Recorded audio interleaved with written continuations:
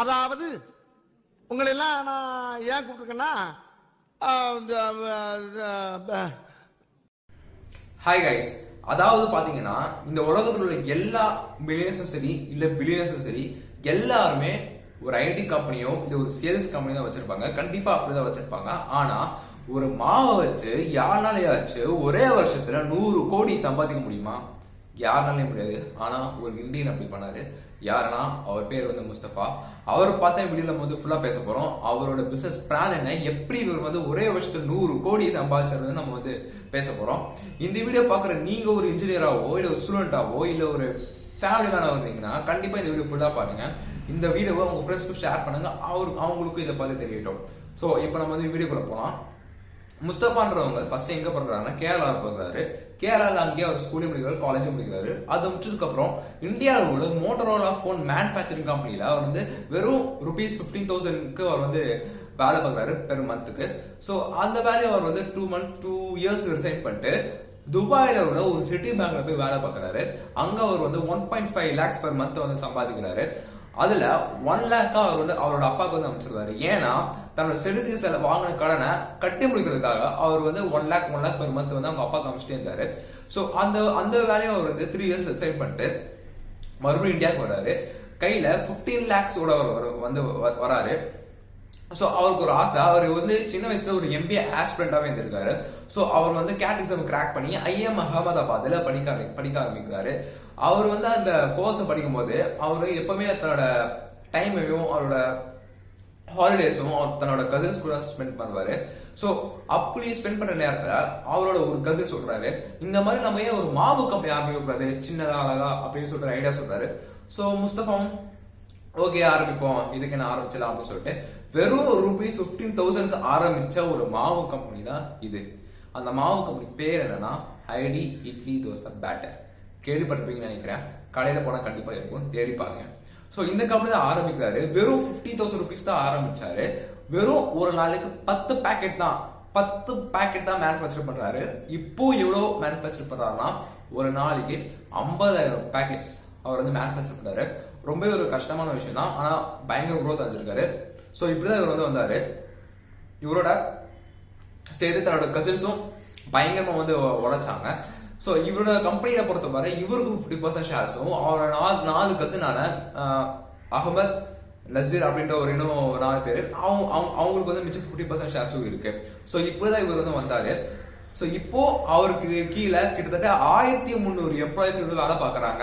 நான் முன்னாடி சொன்ன 50,000 பேக்கெட்ஸ் வந்து மேனுஃபேக்சர் பண்றாங்க. இந்தியாவுக்கு அது பயங்கர ஃபேமஸா இருக்காரு.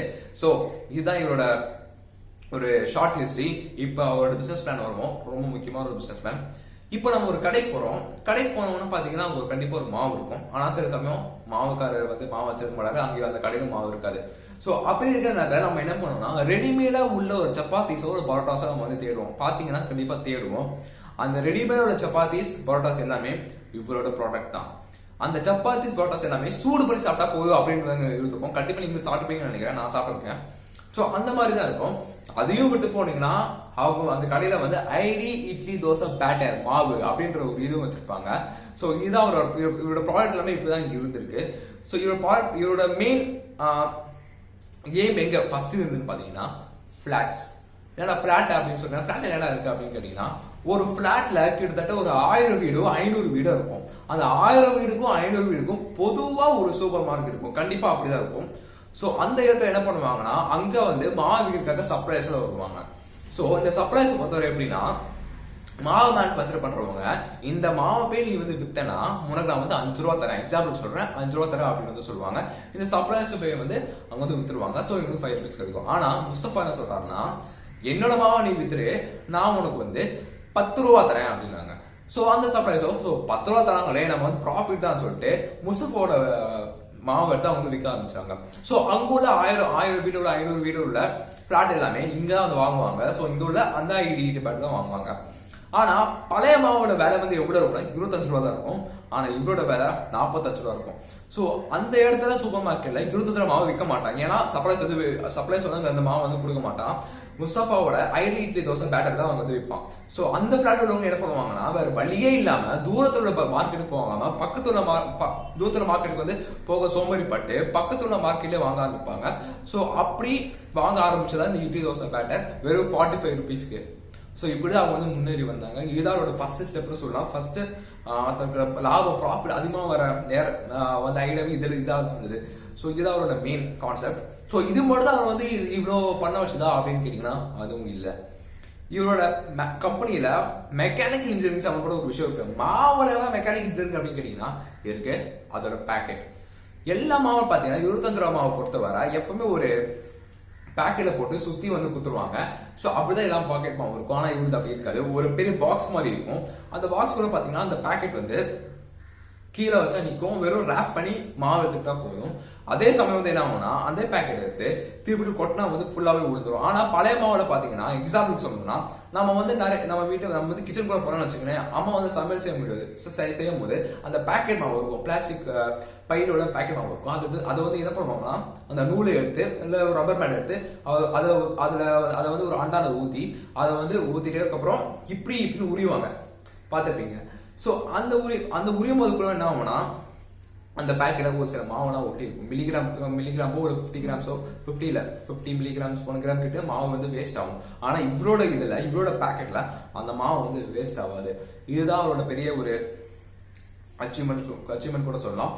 இதுல அந்த பேக்கெட்ல ஒரு இன்ஜினியரோட வேலை வந்து ரொம்ப முக்கியமாக இருந்திருக்கு. ஸோ இது கூட அவரோட ஒரு அச்சீவ்மெண்ட் தான். இப்படி பண்ணனால தான் அவர் வந்து இவ்வளவு தூரம் வந்தாரு. எப்பவுமே ஒரு கம்பெனி செய்யும்போது சரி அதாவது வந்து பெஸ்டா கொடுத்தாதான் மக்கள் வந்து வாங்குவாங்க. அதுதான் அவர் வந்து இதுலயும் செஞ்சாரு. அதுதான் அவரும் சொன்னாரு. எப்பவுமே செய்யும்போது ஒரு பெஸ்டா கொடுங்க அவர் வந்து எப்பவுமே சொல்லி அவரோட இன்டர்வியூவும் சரி அவரோட கோர்ஸ்லயும் சரி இதுதான் சொல்லியிருந்தது. நீங்க வந்து கூகுள்ல சர்ச் பண்ணி பாருங்க. சோ இதை விட்டா இன்னொரு பண்ணணும்னு கேட்டீங்கன்னா ஒரு விஷயம் பண்ணாரு. நம்ம ஒரு கடைக்கு போனோம்னு வச்சுக்கோங்க.